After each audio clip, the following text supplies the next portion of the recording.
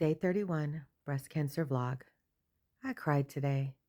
So today is Friday the 13th, and I scheduled two doctor's appointments for today.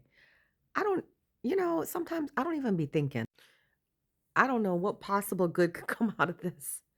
But you know me, I'm always going to find a silver lining. And I did. I did. I realized how blessed I am, but also it's a lot. So the first appointment that I had today is I had to leave really early from my house. I left like 8 something this morning, and I went to the first doctor's office, which was for gastro health. And I met with the nurse practitioner. No, I'm sorry, it was a physician to talk about this thing, this lesion that they found between my pancreas and stomach. So the idea is that we're going to get a colonoscopy and an endoscopy. But because the endoscopy comes with like an ultrasound, they can't do both together. By the way, it is actually normal procedure that if you wanted to get an endoscopy and colonoscopy at the same time, because you have to be sedated, that for those of you that have to get those things done, you can actually get them together to save yourself a trip. But however, because mine involves an ultrasound, I have to do them separately. So I already made an appointment for the colonoscopy on Tuesday because that's when my man has off. I can't drive. You have to be sedated for that. So he'll be there with me. It'll be about 2 hours from the minute I get there to when I leave. The actual procedure itself is like 45 minutes. So and I'm not worried about it because I'm going to be sedated for it. The endoscopy is proving a little bit more difficult because they're completely booked up till like April. So this is the one for the first time. And look at this. Today's day 31, a month later, right? This is the first bad news we've really had the whole time because everything's just been running smoothly. Shout out to all the doctors, nurses, and doctors' offices that have been just making this process so seamless and easy. But we hit our first snag. So we're trying to figure out what because Dr. Vargas, my surgeon, will not operate on me until he finds out what's going on with this lesion, which is understandable. He wants to make sure it's not cancerous, it's benign, and everything is okay. So we have to get that done first before we can go ahead with the surgery. So I scheduled both these appointments at the same day because they're both in Reston and they're literally 9 minutes apart. So I was done with the first one at like about 11. I had a really good, meeting with that physician assistant and the office staff. They explained to me clearly how to prepare for a colonoscopy because you have to go like on a fast, a clear diets liquid on the day before, and take all these pills and stuff to clean out your system. So they explained everything in depth to me, and I really appreciate it. Shout out to Gastro Health in Reston. I then had a break, so I went to Whole Foods and I had myself a lunch, and I started buying things for this clear liquid diet that I'm supposed to do on Monday. And I just kind of, bide my time until it was time to meet with the plastic surgeon.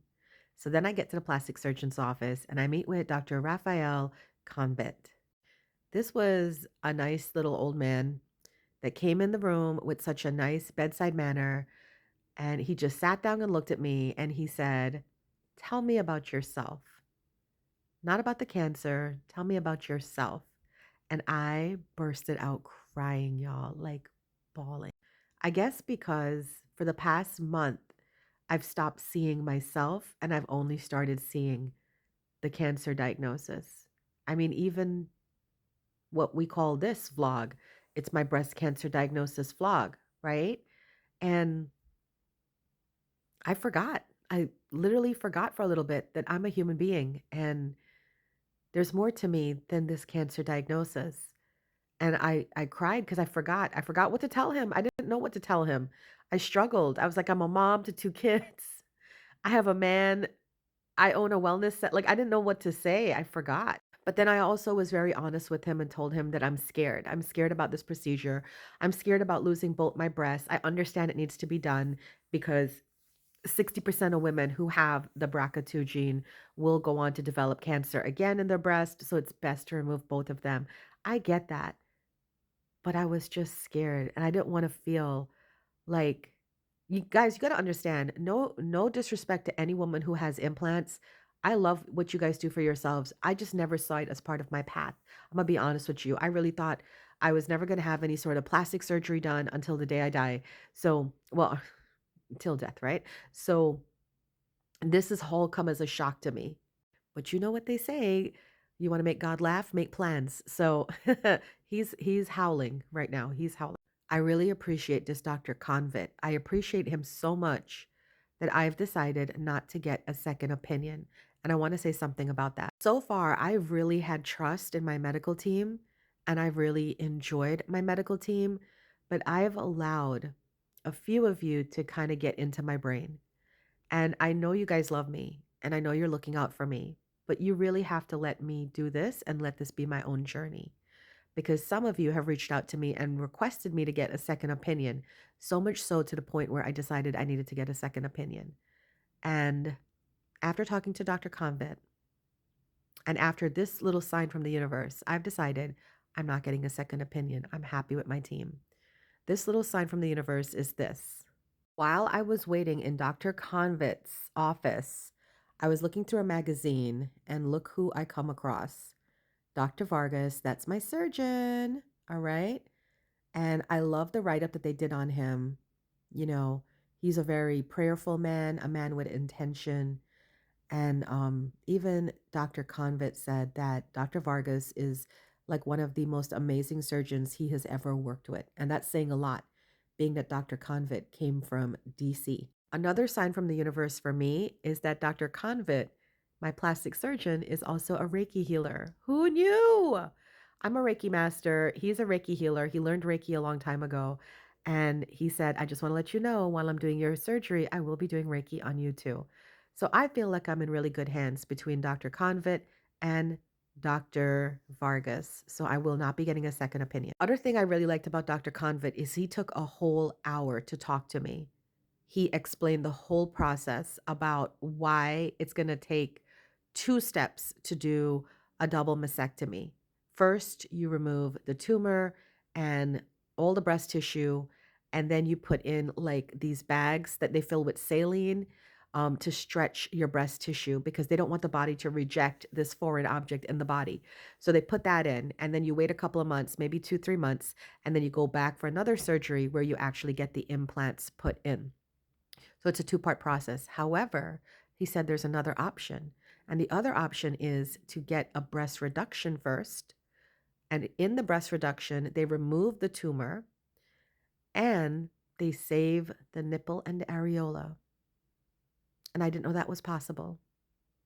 And so now I want it. So Dr. Convict, after leaving the appointment, he called Dr. Vargas and called me from his cell phone, y'all. Called me from his cell phone and let me know that Dr. Vargas is on board. So now they're going to go to my insurance and fight for that right for me to have this dignified way of saving at least some of my breast. And I feel very elated.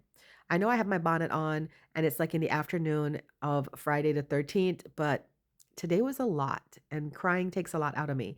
So I'm going to go take a nap and reset my energy before the shows, the live stream shows I have to do tonight because rest is important all day, every day. Today, I am grateful. I see the universe looking out for me by sending me these very spiritually elevated men to be my surgeons and my doctors. I love my community showing up for me and even asking me to get a second opinion. It caused the universe to push back and let me know that this is the path for me. So thank you to all of you who did recommend I get a second opinion, even though I'm not going to get one. I'm also grateful for just life and just how life is turning out and how wonderful it is. I can't stop seeing the good in life. I always was a positive person, but this has made me even more positive. So I want to thank everybody. And on my last note, I'm really reconsidering changing the name of this vlog because I don't want to be known just as a breast cancer patient, survivor, thriver, diagnosis, anything more. I want to be known as Uma. So today is fittingly day 31 of the breast cancer diagnosis vlog. Tomorrow might be day 32 or it might be day 1. I don't know. We'll see. And how fitting that it is on Valentine's Day. I'm sure I will come up with something unique. Love you guys.